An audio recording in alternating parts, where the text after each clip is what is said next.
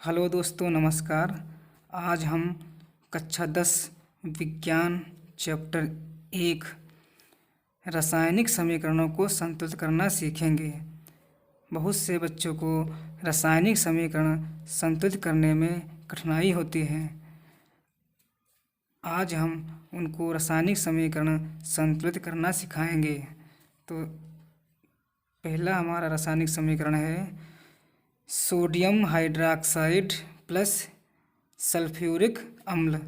Sodium hydroxide plus sulphuric अम्ल की अपक्रिया जब आपस में कराई जाती है तो सोडियम सल्फेट तथा जल का निर्माण होता है। सोडियम हाइड्रॉक्साइड को हम 2 गुना अधिक लेते हैं। सोडियम हाइड्रॉक्साइड को 2 गुना अधिक लेने पर सोडियम सल्फेट का निर्माण हुआ प्लस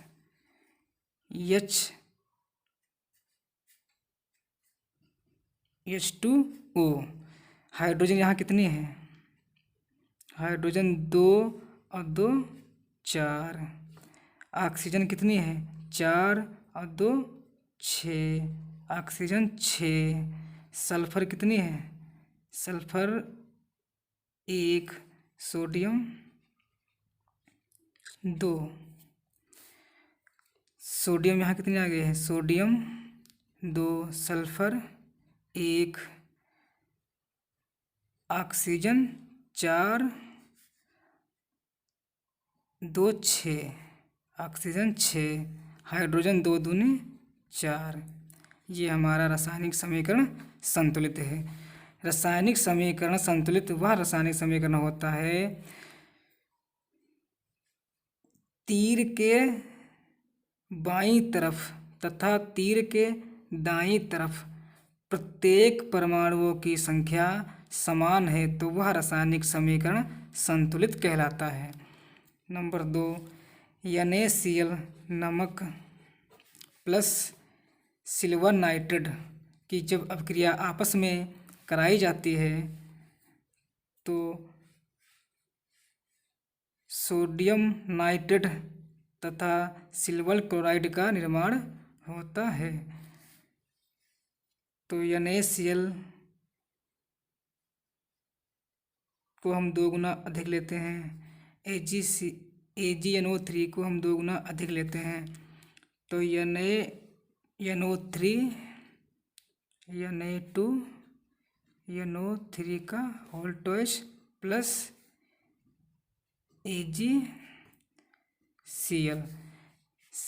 Cl भी यहाँ 2 गुना है, Na भी 2 गुना है, Ag भी 2 गुना है और NO3 भी 2 गुना है।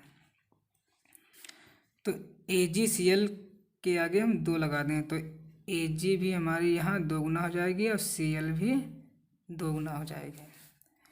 और सोडियम 2 गुना, NO 3 दूना 6 गुना। ये भी हमारा रासायनिक समीकरण संतुलित है। अब तीसरा, बेरियम क्लोराइड प्लस सल्फ्यूरिक अम्ल। बेरियम क्लोराइड प्लस सल्फ्यूरिक अम्ल की रासायनिक अपक्रिया जब कराई जाती है तो बेरियम सल्फेट तथा हाइड्रोक्लोरिक अम्ल का निर्माण होता है। Barium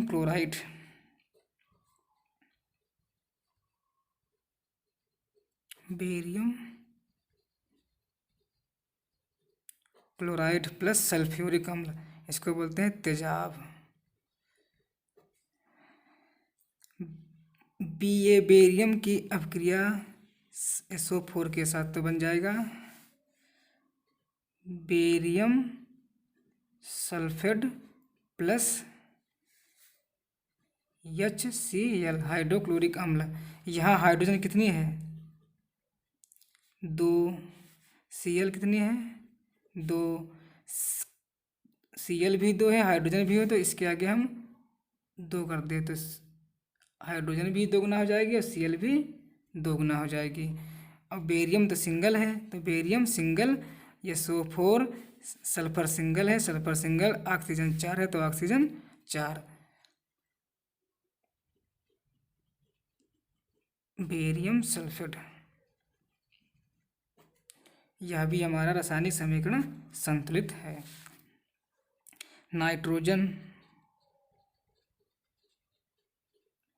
nitrogen plus hydrogen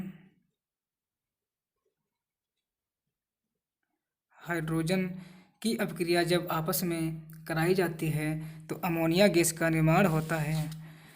nitrogen NH3। Nitrogen कितनी है? 2। हाइड्रोजन यहाँ कितनी है? 2। यहाँ नाइट्रोजन कितनी है? 1। हाइड्रोजन कितनी है? 3। तो इसको हम हाइड्रोजन को 3 गुना अधिक लेते हैं। जब हाइड्रोजन को 3 गुना अधिक लेंगे तो यन के आगे 2 लग जाएंगे, तो यहाँ यन भी 2 हो गए। हाइड्रोजन 3 दूना 6, हाइड्रोजन भी 6 हो गया। यह हमारा समीकरण संतुलित हो गया। हाइड्रोजन सल्फाइड प्लस ऑक्सीजन की अपक्रिया जब आपस में कराई जाती है तो सल्फर डाइऑक्साइड गैस का निर्माण होता है तथा हाइड्रोजन गैस का निर्माण होता है।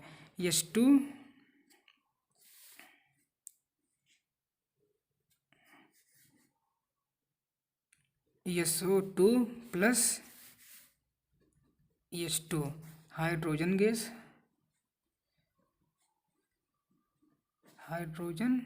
Gas sulphur dioxide gas.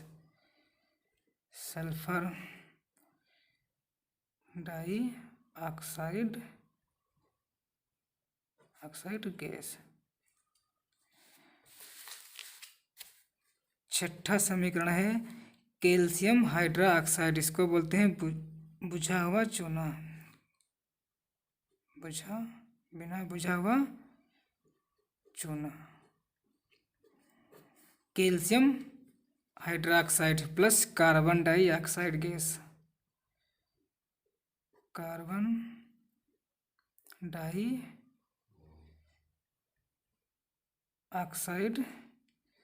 Gas की अपक्रिया जब आपस में कराई जाती है तो कैल्शियम कार्बोनेट का निर्माण होता है प्लस जल का भी निर्माण होता है।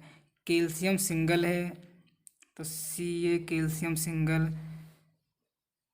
ऑक्सीजन कितनी है? 2 और 2 4। ऑक्सीजन यहाँ कितनी है? 4। Ca कार्बन कितनी है? 1। CO3 प्लस हाइड्रोजन कितनी है? 2। हाइड्रोजन 2। ऑक्सीजन यहाँ बची है 1, तो ऑक्सीजन 1 यहाँ, तो ये जल बन गया। अब कैल्शियम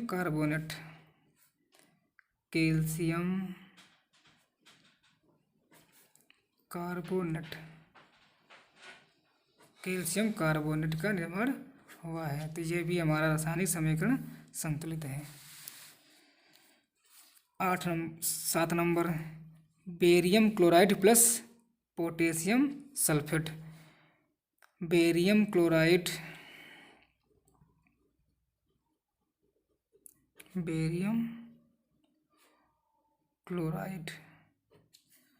प्लस पोटेशियम सल्फेट।